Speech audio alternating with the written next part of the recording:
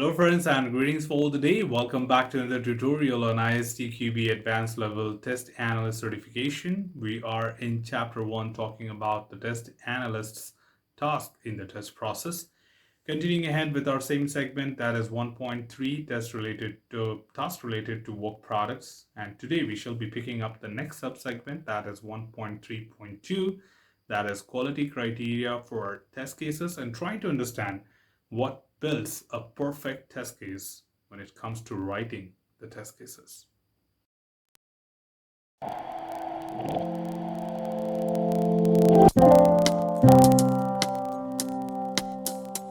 Well, we all know that what it takes to write a perfect test case. At this point of time, when you're watching this tutorial, you're not someone who is new to testing. You're not someone who doesn't know how to write test cases. But there are certainly a lot of other factors which we should take into account to call it as a quality criteria for test cases. Because sometimes we do write test cases, but we may have gaps.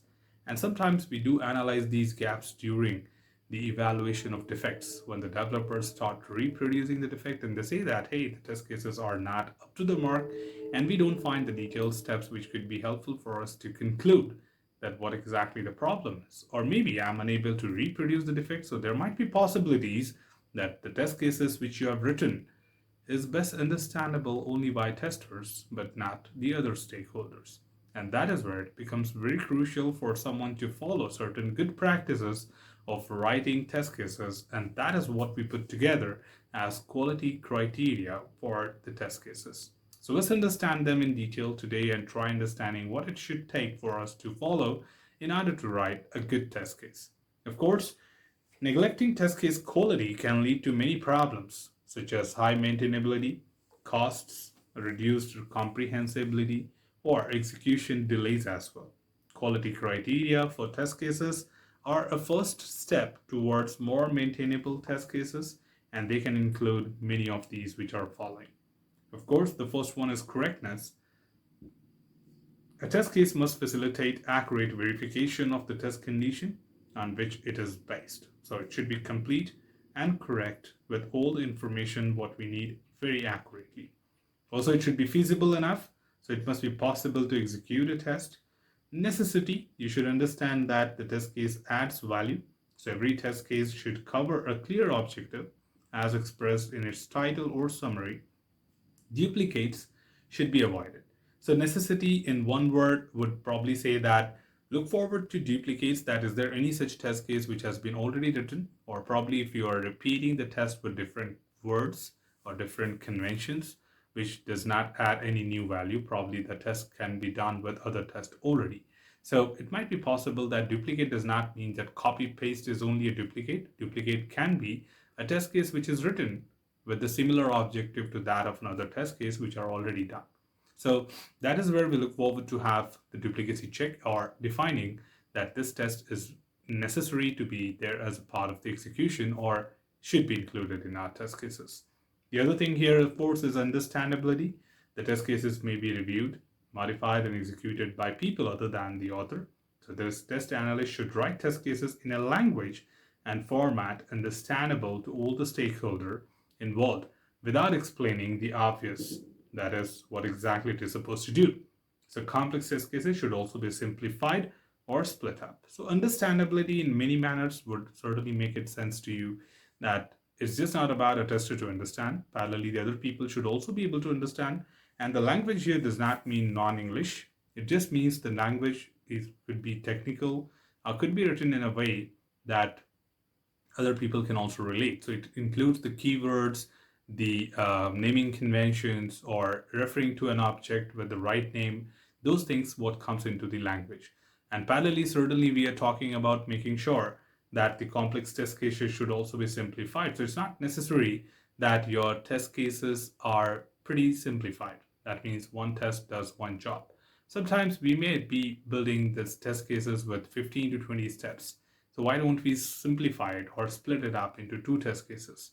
And that is where it becomes easy to maintain, because that's our primary goal, that we don't want to increase our test if tomorrow we have to make any kind of updates or maintenance of the existing test cases. So simplifying them could be another important thing which we can talk about. Additionally, we can also say about traceability.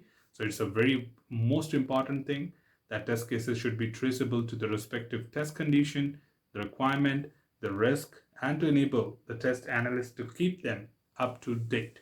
So traceability certainly is going to give me a lot of other benefits like coverage measure, understanding the impact of changes. So every single test written should have traceability to that of their parent test basis. Other things to add here, of course, the list continues. The next thing is the consistency in language, formatting, structure makes the test case easier to understand and maintain over a period of time. The test analyst may use a glossary for this purpose. It simply means that if in case you are using enter as a keyword to tell that it's about a text field, then you should always say enter itself. That means maintaining the consistency about using your keywords throughout the test case documentation. Saying at one place enter, another place type could create a confusion. However, we know that enter and type are both good keywords to be used for talking about feeding a value into a text box. But consistency plays a very vital role so that anyone reading the document, anyone following the document could stay in touch with what exactly does that mean. The other thing is, of course, the precision. Here we are talking about there should be only one interpretation of a test case to avoid false negative and false positive test results. Ambiguous terms like suitable, as needed, or several should be avoided. So, precision mainly means that we don't use any kind of vague or ambiguous keywords. Okay, for example, the performance should be best. The application should work on all major browsers. Now, major and kind of like suitable, several are fictitious words or ambiguous words, and they can mean different things to different people.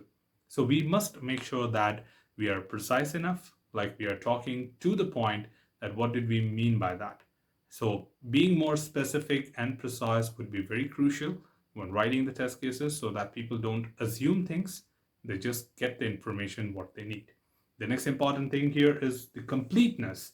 It does not mean while you're trying to fulfill all other things, you eat up any such information which might be very important for doing that execution or understanding that test case. So it is very, very crucial that complete information should be provided. So all necessary attributes should be present, including the required test data and a clear expected result to avoid doubts when comparing with the actual results. So all sort of complete attributes should be available for someone to understand that what exactly the test case should have in order to do a flawless execution. Finally, to add, of course, conciseness, where the granularity of the test case, which can talk about one large test case with many test actions versus several smaller test cases, should be corresponding to the same test basis or test condition. Smaller test cases focused on a few coverage items are preferable as they ease finding the cause of the failure, can be flexibly combined into the test procedure and test suits, and a failure during the test execution would not block any further test. So in simple word, what we say is from the conciseness point of view that it helps you to deal with an item with ease. So having a complex test being run does not mean that you may have multiple objectives being fulfilled at the same time. For example, if you're talking about testing a text field, then let the test case talk only about text field. If you're testing a radio button, let the test case talk only about radio button. If the test case is about a positive input value, then it should be only about successful login. Then if it is about invalid, then again I can have two different options instead of doing one. That is one to see the invalid credentials are not accepted. Second test case to talk about the error message. We just don't want to do that together by reducing our effort but confusing everyone else. So conciseness would be more about being specific. Okay, your test case should achieve one goal at a time. If you think your test cases are achieving multiple goals, it does not mean you're doing your job great. It just means that you are complicating it. Tomorrow, when you have a failure, it will also be difficult to come to a quick analysis that what is the reason of the failure. It will take a long time. But when you simplify this test into multiple parts, it would be very to the point, very specific, and also helps you to do the better root cause analysis.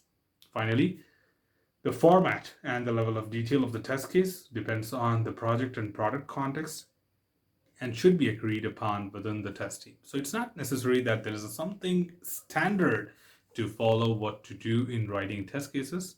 You should analyze your team's strength and skills and also understand what the project expectations are. For example, my template of writing test cases can be different from yours just because I might be following a standard and you are not following a standard. And these are project context. When we talk about the product context, it could be about the team, it could be about the skills, it could be even about the end goal expectations. Sometimes the business would like to have such information, which you will have to include in test case sheet. But my customer may not be interested in those information, and I might not be including them. So it just depends that there are many such factors which you have to take into account in order to determine what could be the best format to be followed. Sometimes you can even follow a standard like ISO and IEEE to define your template for writing test cases. Not only that, if you even talk about other things, for example, what if your test cases are going to be used by the acceptance tester? Then you may have to define your test cases in a way that they can use it or reuse it. So there are many things if you deep dive at this point of time that as a test analyst, I'm just not writing test cases. I'm also making sure I'm writing a perfect test case and put together. That's all what we wanted to convey you from this tutorial. So that's all from this particular tutorial team. Should you have anything else, feel free to comment below. I'm always there to address your queries and answer them well. Till then, keep learning, keep exploring, keep understanding the context. Thanks for watching the video team and happy learning.